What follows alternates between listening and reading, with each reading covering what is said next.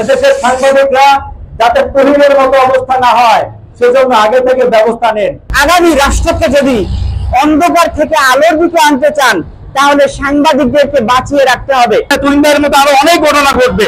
তো আমরা নিজ জীবনের নিরাপত্তা চাই। আমাদের এত সুন্দর দেশ, এই দেশে সাংবাদিকদেরকে কুপিয়ে কুপিয়ে মারা হয়।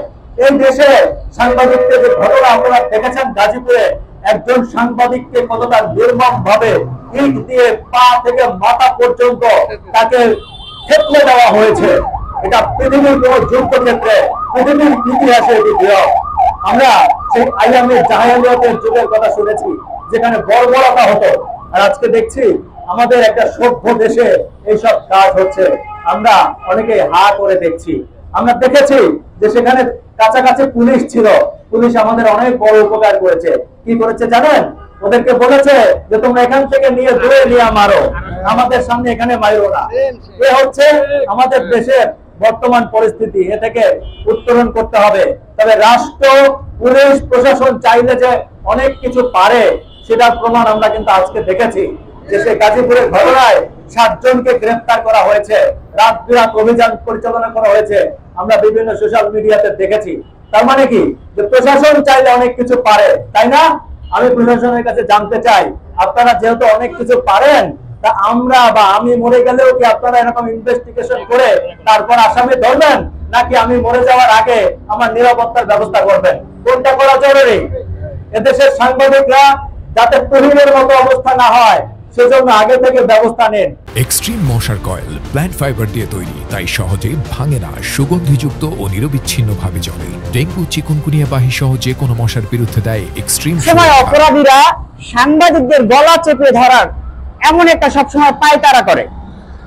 এবং সেই সাথে যদি আমি আরেকটু ছোট্ট করে বলি যে আমাদের সমাজে সাংবাদিকদেরকে সবাই স্বার্থের জন্য ব্যবহার করে। যেমন এখনো পর্যন্ত লজ্জাজনক ব্যাপার যে মোবাইল দিয়ে সে ভিডিও ধারণ করেছিল, সেই মোবাইল এখন পর্যন্ত প্রশাসন উদ্ধার করতে পারেনি। আমি বলবো আগামী রাষ্ট্রকে যদি অন্ধকার থেকে আলোর দিকে আনতে চান তাহলে সাংবাদিকদেরকে বাঁচিয়ে রাখতে হবে, সাংবাদিকদের নিরাপত্তা দিতে হবে, আর না হয় এই রাষ্ট্র কখনই আলোকিত হতে পারবে না। এই ঘটনায় দেখলাম, এই ঘটনা সহ পূর্বে আরো অনেক ঘটনায় দেখলাম যে বাংলাদেশের যে পুলিশ বাহিনী আছে তারা এই ঘটনা দেখার পরও নিচ্ছুক ভূমিকা পালন করেছে। পুলিশের ভূমিকা সর্বপ্রথম প্রশ্নবিদ্ধ হয়ে দাঁড়িয়েছে এখানে। সর্বপ্রথম আমি মনে করি পুলিশের বিচার হোক। তারা এই ঘটনায় কেন নিচ্ছুক ছিল?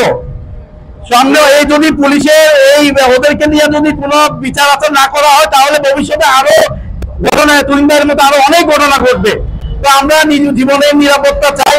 আমরা সংবাদ মাধ্যমে কাজ করি, কাজ করতে গেলে আমাদের অনেক বিপদ আপত্তির মধ্যে সম্মুখীন হতে হবে। আমাদের জীবনের নিরাপত্তা না দিলে আমরা কিন্তু কাজ করতে পারবো না। তো সবাই সম্মিলিত ভাবে একত্রে কাজ করলে আমরা মনে হয় অনেক এগিয়ে যেতে পারবো এবং তুহিনদের মতো ঘটনা সামনে আর ঘটবে না। এবার আমি আমার বক্তব্য শেষ করলাম। আসলে বক্তব্য দেওয়ার মতো আমাদের তেমন কিছু নেই। আমাদের সিনিয়র যারা আছে তারা বক্তব্য দিচ্ছে। সবচেয়ে যে বড় বিষয়টা হচ্ছে প্রতিটা সময় আমরা যদি লক্ষ্য করে দেখতে পারি যে একমাত্র সাংবাদিকদের উপরেই সবচেয়ে বেশি হামলা হয়। যদি কোনো সত্য নিউজ করতে যায় তার পরিপ্রেক্ষিতে একটি পক্ষ তাদের বিপক্ষ হিসেবে দাঁড়ায়। তাদের এই বিপক্ষে দাঁড়ানোর কারণেই কিন্তু আজকে সাংবাদিকদের উপরে হত্যা হচ্ছে। আপনারা দেখেছেন যে আমাদের যে আসাদুজ্জামান তুহিন ভাইকে যেভাবে নির্মম ভাবে গলা কেটে হত্যা করেছে, এইটা বাংলাদেশের মতো বিগত সময়ের মতো একটি নজিরবিহীন ঘটনা।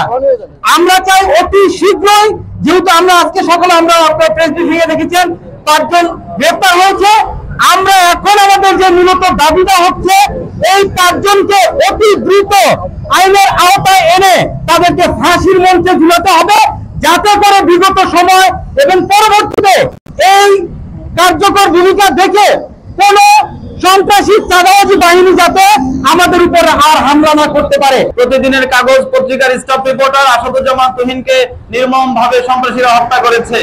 আমরা এই হত্যার তীব্র নিন্দা প্রতিবাদ জানাই এবং আইনের আওতায় এনে যারা সন্ত্রাসী, যারা এই কাজ করেছে, ছিনতাইকারী এবং বিচার বহির্ভূত হত্যাকাণ্ড যারা সংঘটিত করেছে, আইন আদালতের মাধ্যমে আমরা তাদের সর্বোচ্চ শাস্তি এখান থেকে দাবি করছি। আমরা যে কথাটি বলতে চাই বাংলাদেশের একজন নাগরিক হিসেবে সে তার পরিপূর্ণ যে নিরাপত্তা, সেই নিরাপত্তা সে পেতে বাধ্য। কিন্তু সেই নিরাপত্তা যখন না থাকে তখন সমাজ এবং রাষ্ট্র, বিশেষ করে আইন শৃঙ্খলা বাহিনী দায় এড়াতে পারে না।